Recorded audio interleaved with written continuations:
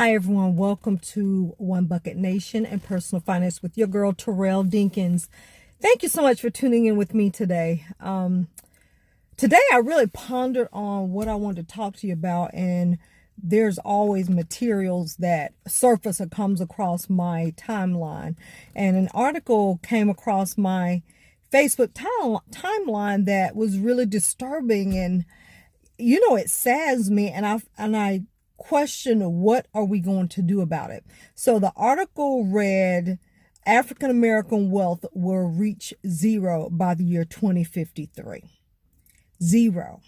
And in the article, it talks about some of the issues that we have in African American community. There's a lot of student loan debt.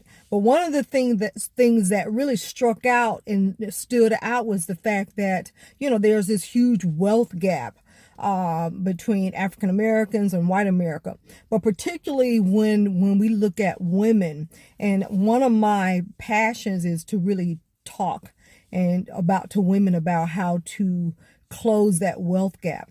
And one of the things that stood out, and that I've said over and over again, if we look at how wealth is created in this country, most of the wealth that's created in this country is through real estate or the stock market. Now, I know studies have shown that as a people, we tend to be more comfortable dealing with real estate. And I think it's because we can see real estate, we can touch real estate. So therefore, we tend to want to buy real estate. And we feel like the real estate will create wealth for us. And it does. That's one of the ways that people are creating wealth in this country.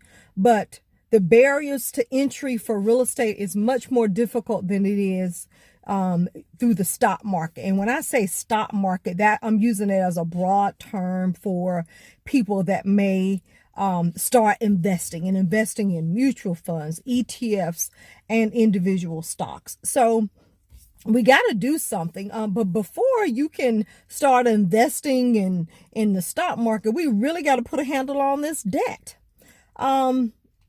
We got a lot of debt.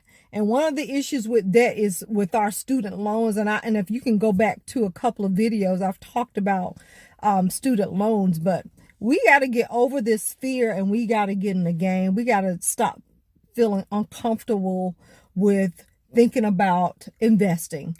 And one of my personal preference is I invest in the stock market. I've been investing.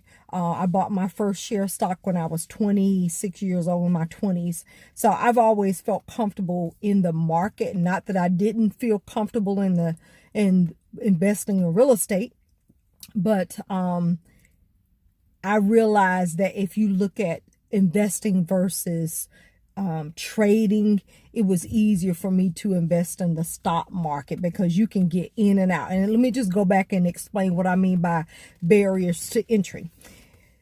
It's easier, even though people like real estate because they can see it and touch it. It's much more difficult to get your hands on real estate if you're starting out new. It's easy for you to buy stock. It's easy for you to save up some money and put money in a mutual fund. See that mutual fund grow. Make money in your sleep. And that's what people mean by making money in your sleep, where your dividends compound on top of compounding. And that's how you make money in your sleep. And you can get in and out in a matter of pressing a button. But anyway, I want you to check out the article and read the article and ask yourself, what am I going to do differently?